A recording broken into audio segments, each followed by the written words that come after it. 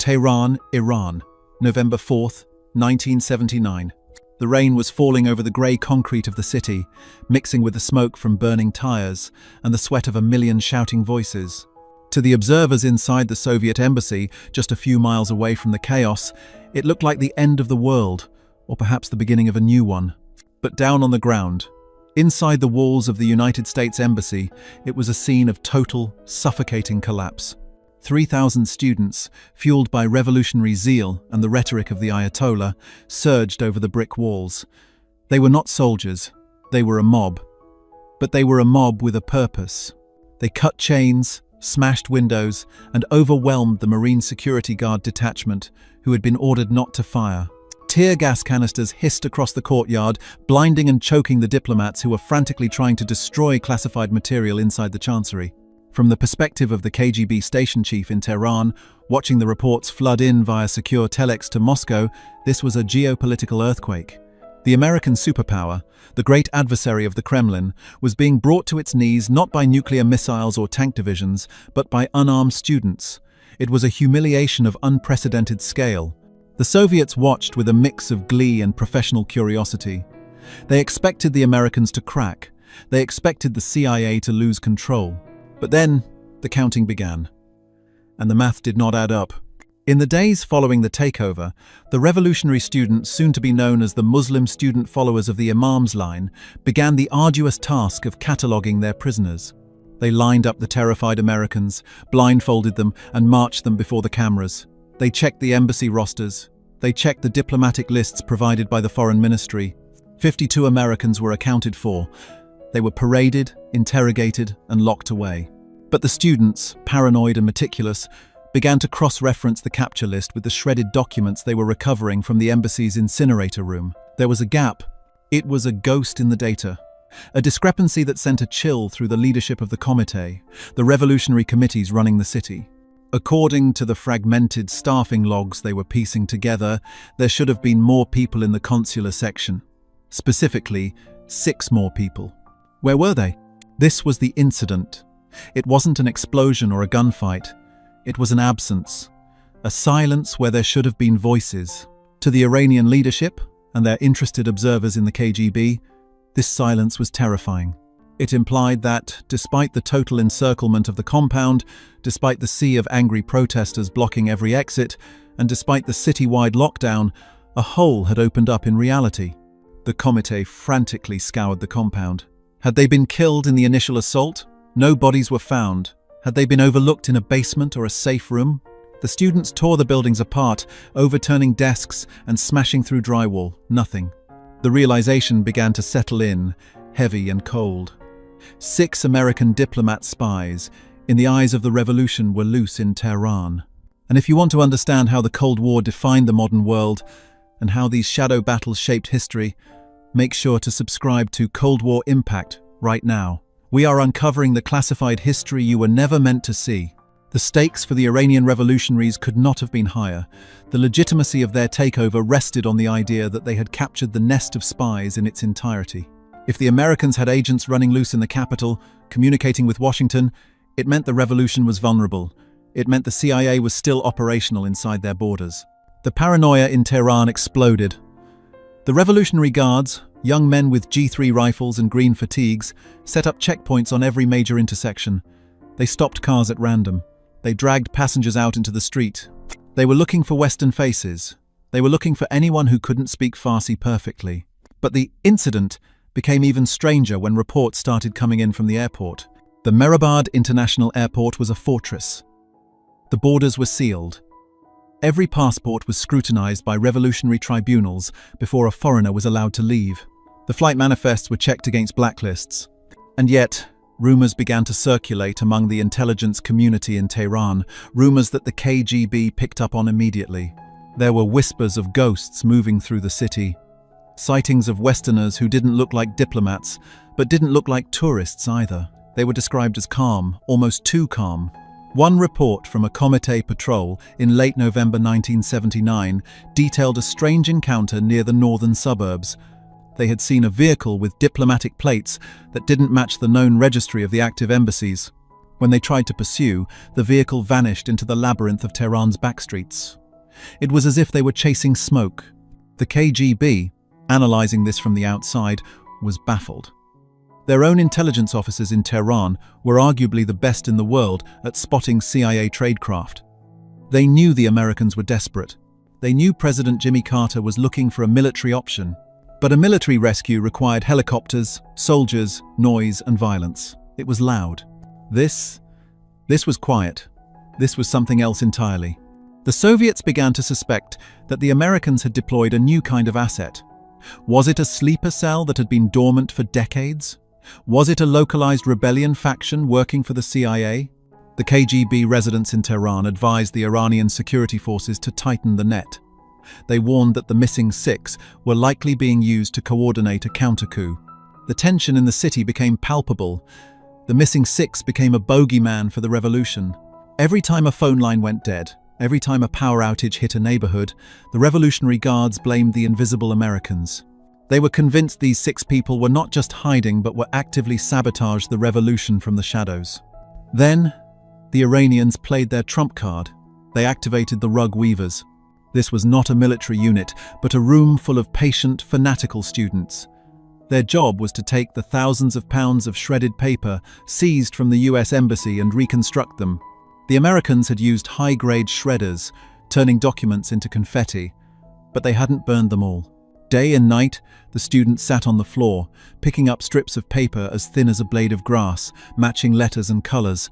It was an impossible puzzle, but slowly, painstakingly, faces began to appear, names began to form. By December 1979, the Weavers had reconstructed a crucial document. It was a roster. It confirmed the names of the missing: Mark Lijek, Cora Lijek, Robert Anders, Lee Schatz, Joseph Stafford, Kathleen Stafford. The Iranians now had the names, they had the faces, they knew exactly who they were hunting. The incident was no longer a theory, it was a confirmed breach of national security. The order went out to the Comité squads: tear the city apart, search every house, search every foreign residence, search the sewers if you have to. To the Iranian leadership, it seemed impossible that these six people could survive for more than a few days. They had no food, no money, no support, and they were white Americans in a city that wanted their blood. It was a mathematical impossibility. They should have been caught at a checkpoint within 48 hours. Yet weeks passed, then months. The missing six had simply ceased to exist. The confusion among the enemy forces turned into a deep, gnawing dread. The KGB analysts in Moscow began to wonder if the Americans possessed a technology or a technique that rendered their agents invisible. How could six untrained diplomats evade the combined eyes of a revolutionary army and the Soviet intelligence apparatus in a hostile city? It defied the logic of espionage. There were no fast cars, there were no shootouts, just a void where six people should be. And then, amidst the hunt, a new variable entered the equation. A variable so absurd, so unrelated to espionage, that neither the KGB nor the Revolutionary Guards paid it any attention at first. A Canadian film crew arrived in the region. They were loud, they were flamboyant, they were scouting locations for a science fiction movie. They had scripts, storyboards, and business cards from Hollywood. They were looking for exotic desert landscapes that could double for an alien planet. The Iranian Ministry of Culture and Islamic Guidance received their application. The officials, stressed and overworked by the hostage crisis, looked at the request. A movie? Now? It seemed ridiculous. But the revolution needed money. It needed to show the world that Iran was still a functioning country, open to art and culture, not just a nation of kidnappers. The file for the film, titled Argo, sat on a desk in a government building, buried under stacks of security reports about the missing six. No one connected the two. Why would they? The KGB, usually paranoid about everything, dismissed the film crew as typical Hollywood decadents. They were focused on the real threat, the phantom diplomats. They were tracking radio signals, interrogating shopkeepers, and monitoring the British and French embassies, convinced the fugitives were there. They were looking for spies. They were looking for soldiers. They were looking for enemies. They were not looking for a location scout. As January 1980 dawned, the incident remained unsolved. The Iranians were furious. The Soviets were confused. The city of Tehran remained a prison, locked down tight. And somewhere in that prison, 6 Americans were holding their breath, waiting for a miracle that seemed impossible to execute. The enemy had the guns. They had the numbers. They had the city. But they didn't know that the script had already been written. Tehran. December 1979. The hunt for the missing 6 had transformed from a police action into a pathological obsession for the Iranian revolutionary leadership. The initial embarrassment of losing track of half a dozen American diplomats had metastasized into a genuine national security crisis. In the freezing winter air of Tehran, paranoia was the only currency that held any value. From the windows of the Soviet embassy, the KGB officers observed a city eating itself alive. They watched as the Comité, the ad hoc revolutionary committees that effectively ruled the streets, dispatched squads into the wealthy northern suburbs. These were not professional detectives. They were young men, barely out of their teens, armed with G3 assault rifles and a divine mandate to purge the country of foreign influence. They moved block by block.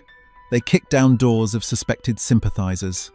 They raided the homes of former generals and ministers of the Shah's regime. They were looking for the Americans, but they were finding nothing but dust and terrified families. The KGB resident in Tehran filed a report to Moscow Center in late December. His assessment was scathing.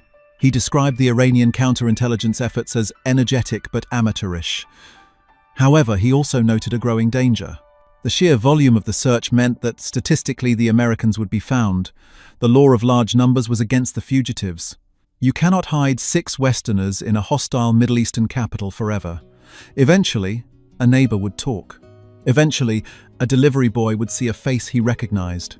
The Iranians, sensing this, tightened the noose. They established a new procedure at Mehrabad Airport. It was a triple filter system. First, the standard passport control. Second, a Revolutionary Guard checkpoint where luggage was torn apart by hand. And third, a terrifying final interview with the Comité representatives who held the lookout list. This list was the product of the rug weavers. Inside the occupied US Embassy. By January 1980, the students had performed a miracle of forensic reconstruction. They had taken the confetti-sized strips of shredded personnel files and glued them back together. The faces of the 6 missing diplomats were now plastered on wanted posters at every exit point of the country. Robert Anders, Mark Layek, Cora Layek, Leigh Schutz, Joseph Stafford, Kathleen Stafford. Their black and white visa photos, grainy and reconstructed, stared out at the airport guards. The order was simple. Look at every face. If you see these eyes, arrest them. If they resist, shoot them. The investigation began to zero in on the diplomatic community. The Iranians knew the Americans hadn't just dissolved into thin air. They had to be harbored by someone. The logical suspects were the British, the French, or perhaps the Swiss. The revolutionary crowds gathered outside these embassies, chanting slogans, burning flags, watching who went in and who came out. But the Iranians were looking for diplomatic behavior. They were looking for clandestine meetings, for armored cars moving at night, for encrypted radio bursts. They were completely unprepared for the arrival of Kevin Harkins. In late January 1980, a man entered Tehran who did not fit the profile of a spy. He didn't sneak across the border in the trunk of a car. He didn't parachute into the desert.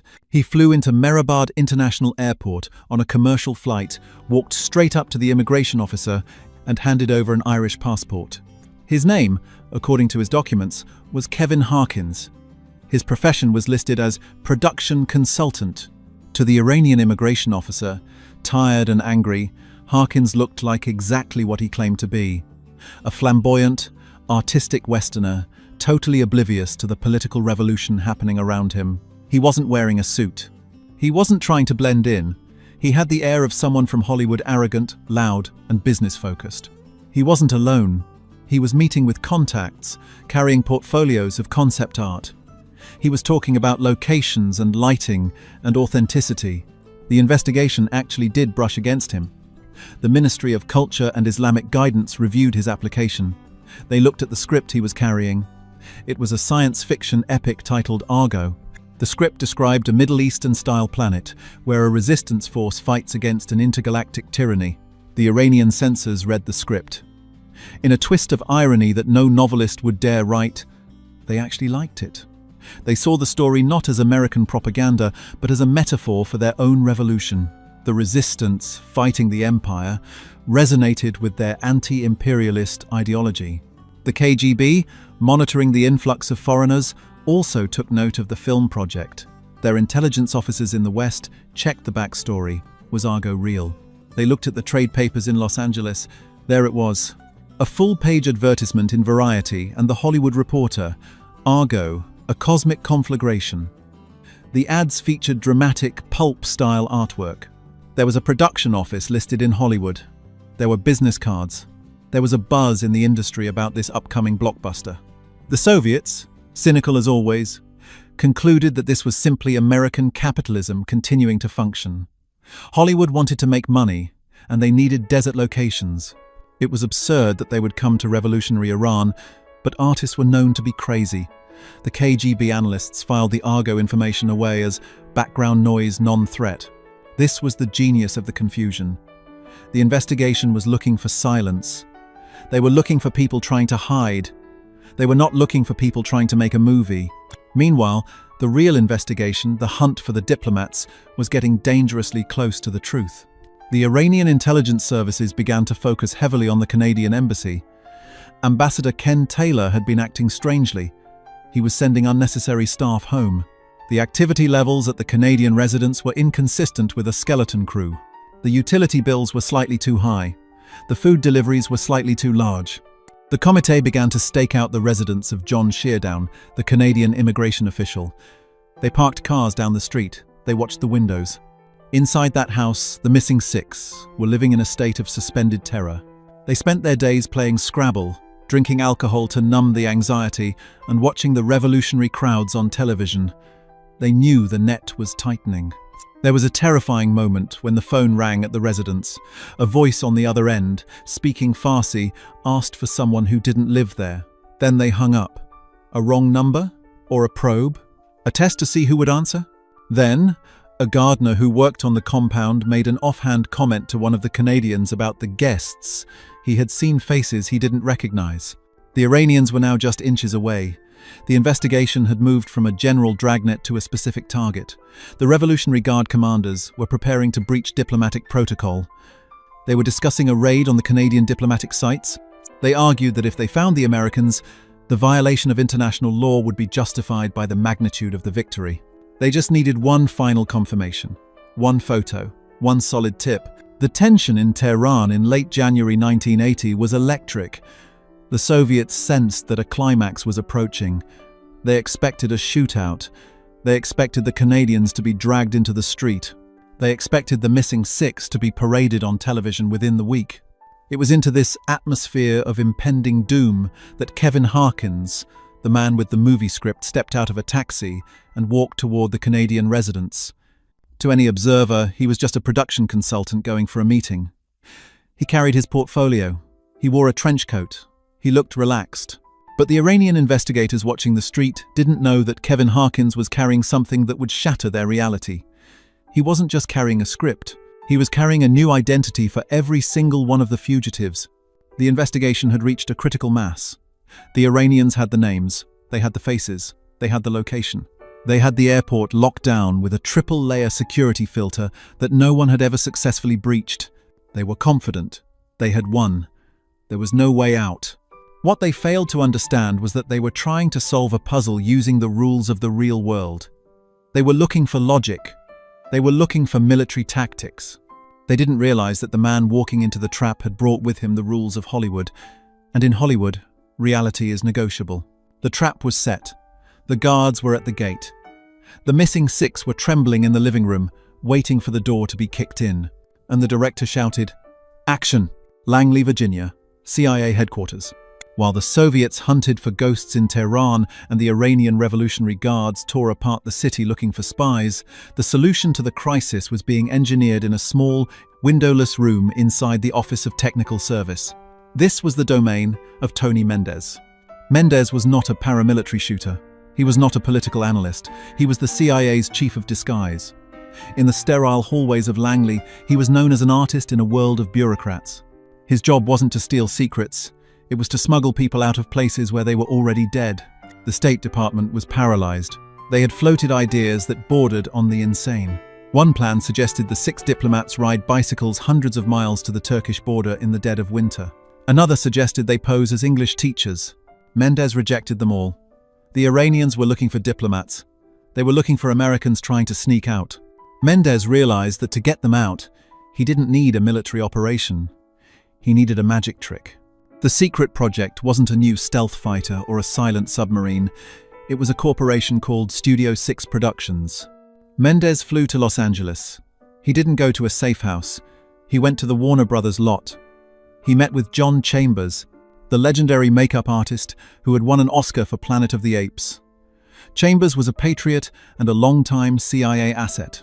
Together, they built the most audacious piece of spy technology of the Cold War, a fake movie that was real enough to pass a background check. The ingenuity of the plan lay in the backstop. In the world of espionage, a cover story is only as good as its verification. If a suspicious guard at Mehrabad Airport called the production office number on a business card, someone had to answer. If the KGB checked the Hollywood trade papers, they had to see an announcement. The lie had to be three-dimensional. They found a script, a rejected sci-fi adaptation titled Lord of Light. They renamed it Argo. They commissioned concept art from legendary comic book artist Jack Kirby. They created a poster that screamed, "Blockbuster!" Then, they bought full-page advertisements in Variety and The Hollywood Reporter. This was the masterstroke. The CIA knew that the Iranian regime, despite their hatred of the West, was obsessed with media. They knew the Soviets monitored Western press. By planting the story in the open, in the most public industry in the world, they made the lie invisible. It was the principle of the big lie. If you are going to lie, make it so big and so public that no one would dare question it. Mendez packed his bag. He didn't pack weapons. He packed the pocket litter of a Hollywood producer, business cards, matchbooks from LA restaurants, a copy of the script, and storyboard sketches. He took the identity of Kevin Harkins. He flew into the lion's den. When Mendez arrived at the Canadian residence in Tehran, the 6 diplomats were on the verge of a nervous breakdown. They had been hiding for nearly 3 months. They were diplomats, trained to push paper and attend cocktail parties, not to run black ops. Mendez gathered them in the living room. He placed the script and the concept art on the table. "You are not diplomats anymore," Mendez told them. "You are a Canadian film crew."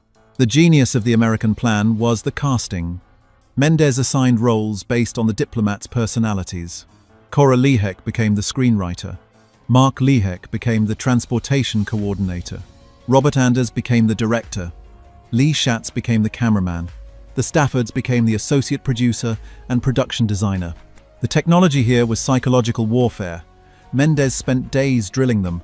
He wasn't teaching them how to shoot a gun, he was teaching them how to be arrogant.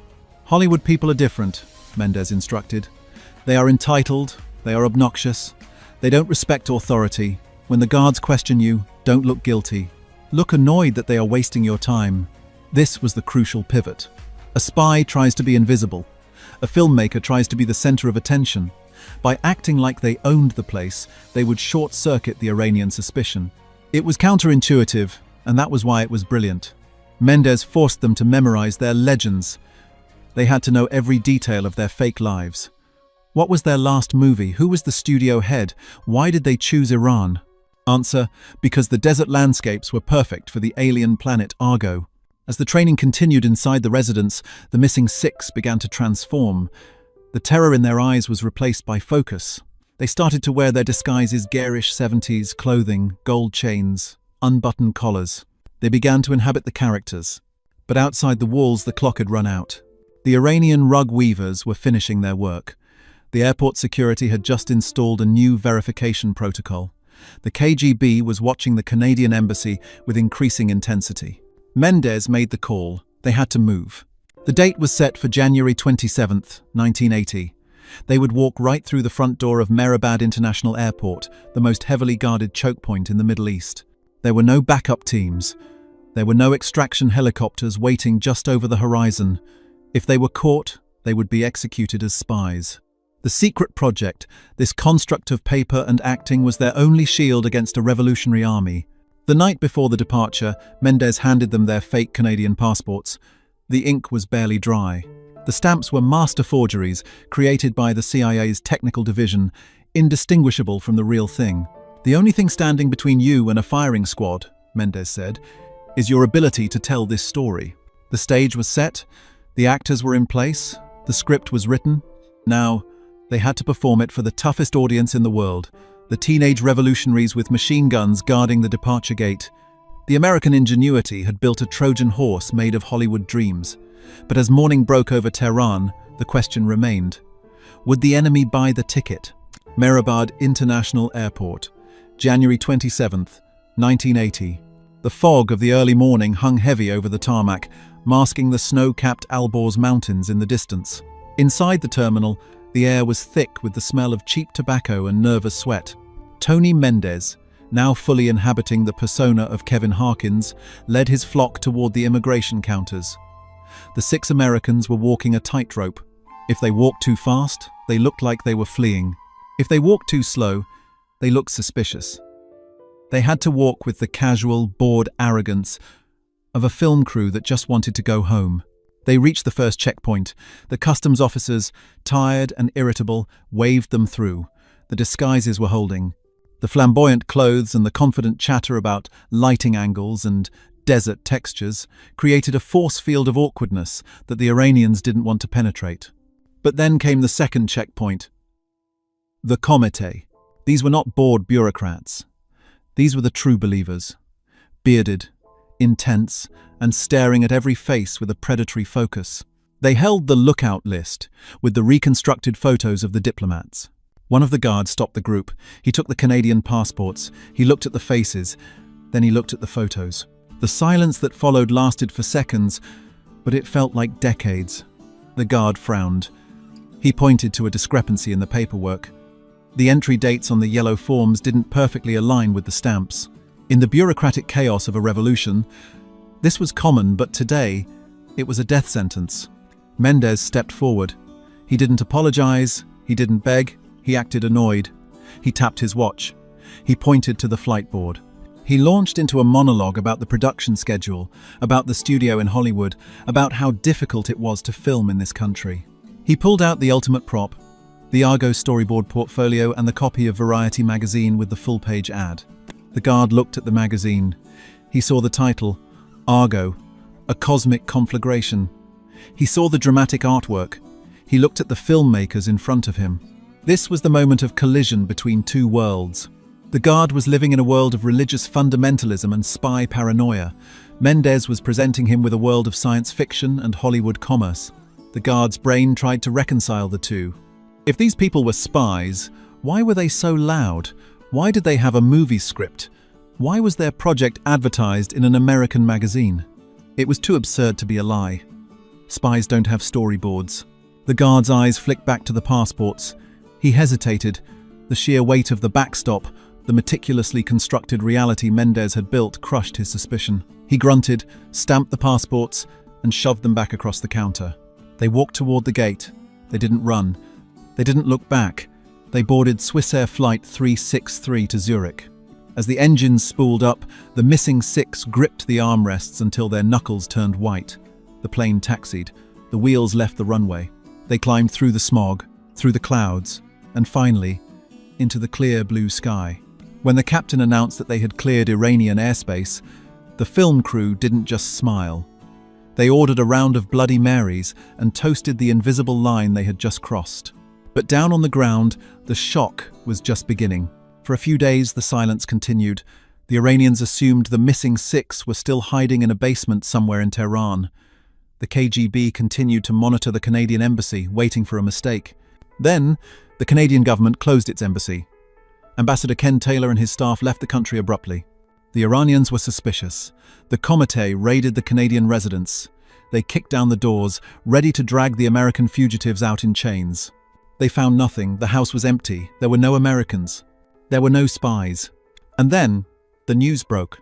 A newspaper in Montreal ran the story, 6 Americans escaped Tehran. The shockwave that hit the Iranian leadership was physical. They stood in the empty rooms of the Canadian residence, holding the wire reports. How? When? They scrambled to check the airport logs. They tore through the departure manifests from the last week. They looked for the names of the diplomats. Nothing. They looked for Americans. Nothing. Then, an intelligence officer, perhaps working with a KGB advisor, pieced it together. They looked at the passenger manifest for Swissair Flight 363. They saw the names of the Canadian film crew. Kevin Harkins, production consultant. They went back to the immigration booth. They questioned the guard who had stamped them out. The guard remembered them, the loud ones, the ones with the sci-fi movie. The realization hit them with the force of a physical blow. The movie wasn't real. The script was a code. The production company was the CIA. The filmmakers were the hostages they had been hunting for 3 months. The KGB analysts in Moscow stared at the reports in disbelief. They had been looking for a complex extraction operation. They had expected helicopters, like the failed Eagle Claw mission that would come later. They had expected a shootout.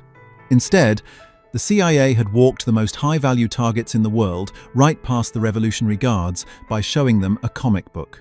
The shock wasn't just that they had escaped, it was the humiliation of the method. The American dominance wasn't shown through superior firepower or faster jets. It was shown through superior imagination. The CIA had understood the psychology of the enemy so perfectly that they used the enemy's own bureaucracy against them. The reaction in Tehran was apoplectic. The Revolutionary Guards stormed the airport, screaming at the staff. They tightened security to a stranglehold. They threatened to shoot down any unauthorized aircraft. But it was a futile response. The sky was empty. The Swissair jet was long gone.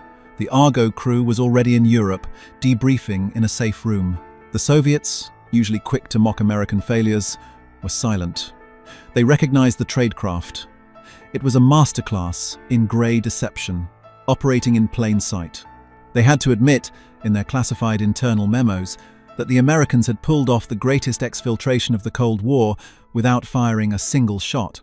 The investigation was over. The mystery of the missing 6 was solved. They weren't ghosts, they were actors. And they had just delivered the performance of a lifetime. Washington, D.C., March 1982. The celebration was deafening, but the truth was silent.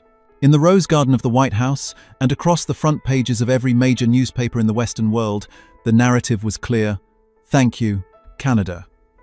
Billboards went up in Detroit and New York. Maple leaf flags were flown alongside the Stars and Stripes. The Canadian ambassador, Ken Taylor, became an instant global celebrity, the face of Western defiance against the chaos of the Iranian Revolution. But inside a locked room at the CIA headquarters in Langley, the real victory was being marked with a quiet toast of Scotch whiskey. Tony Mendez and his small team of fabricators and forgers watched the world applaud a story that was only half true. The Canadian caper, as the press dubbed it, was a masterstroke of public relations. But the operational reality, the Argo aspect, remained classified, top secret. For 17 years, the 6 diplomats could not tell their friends or extended families how they really escaped. They had to maintain the lie that they were simply tourists who had hidden in the ambassador's house. The role of the CIA, the fake movie, the science fiction script, and the Hollywood cover story remained buried in the archives. This silence is where the true weight of the victory lies. And it brings us to the killer statistic of the operation. In the entirety of the Iranian hostage crisis, which lasted 444 days, the United States military spent hundreds of millions of dollars preparing for rescue operations. They mobilized carrier battle groups. They planned the disastrous Operation Eagle Claw, which resulted in 8 American deaths, destroyed aircraft, and a humiliating retreat from the desert floor without ever seeing a hostage. In contrast, the Argo operation cost approximately $30,000. It used 0 bullets. It resulted in 0 casualties, and it achieved a 100% success rate. 6 Americans walked out, 0 were stopped. To the Soviet KGB, observing this from the shadows, this statistic was more terrifying than a new nuclear warhead. A nuclear missile is a deterrent. It is a blunt instrument that is rarely used. But Argo represented a capability that could be deployed anywhere, anytime. It demonstrated that the American intelligence apparatus could manipulate reality itself. The Soviets analyzed the Argo operation for years. In the halls of the Lubyanka, the KGB headquarters, the case became a study in what they called active measures, turned against them. The Soviet system was built on rigid control. It was built on checkpoints, internal passports, and a population that was constantly watched. They believed that a sufficiently strong police state could catch anyone. The Argo operation proved them wrong. It proved that in the face of a totalitarian surveillance state, the most effective weapon was not stealth technology, but human creativity. The Americans hadn't beaten the system by overpowering it, they had beaten it by out-imagining it. This connects to the macro theme of the Cold War's final decade, the innovation gap. By 1980, the Soviet Union was beginning to rot from the inside. Their economy was stagnating. Their military was massive but clumsy, bogged down in the invasion of Afghanistan.